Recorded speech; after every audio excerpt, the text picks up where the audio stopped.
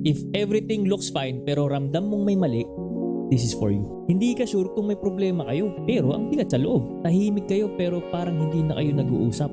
Pagkasama mo siya, parang mag-isa ka pa rin. Hindi mo agad mapapansin, pero ito ang early signs na something is off. Isa dyan yung hindi ka na kinakamusta kung okay ka pa ba.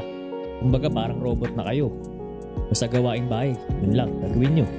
Meron din yung hindi mo na siya kinakausap kapag may problema ka. Or hindi mo na naiisip na siya yung pupuntahan mo kapag may problema ka. Sinasarili mo lahat ng problema. And another thing, nagkakaroon na kayo ng space. Pero hindi nyo na pag-uusapan. Minsan, wala ngang cheating pero may distansya na kayo. At ang emotional distance, yan ang silent killer ng relationship. Pero good news, if nararamdaman mo to, ibig sabihin, aware ka pa. At kung willing ka pang harapin, pwede nyo pag-usapan, may chance lagi para ayusin. Kaya kung napansin mo na, wag mo na i-ignore. Bring it up gently.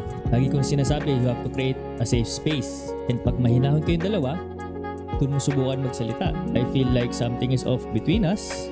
Okay ka pa ba? Kamustahin mo. Minsan, yan lang ang kailangan para ma-prevent ang cheating.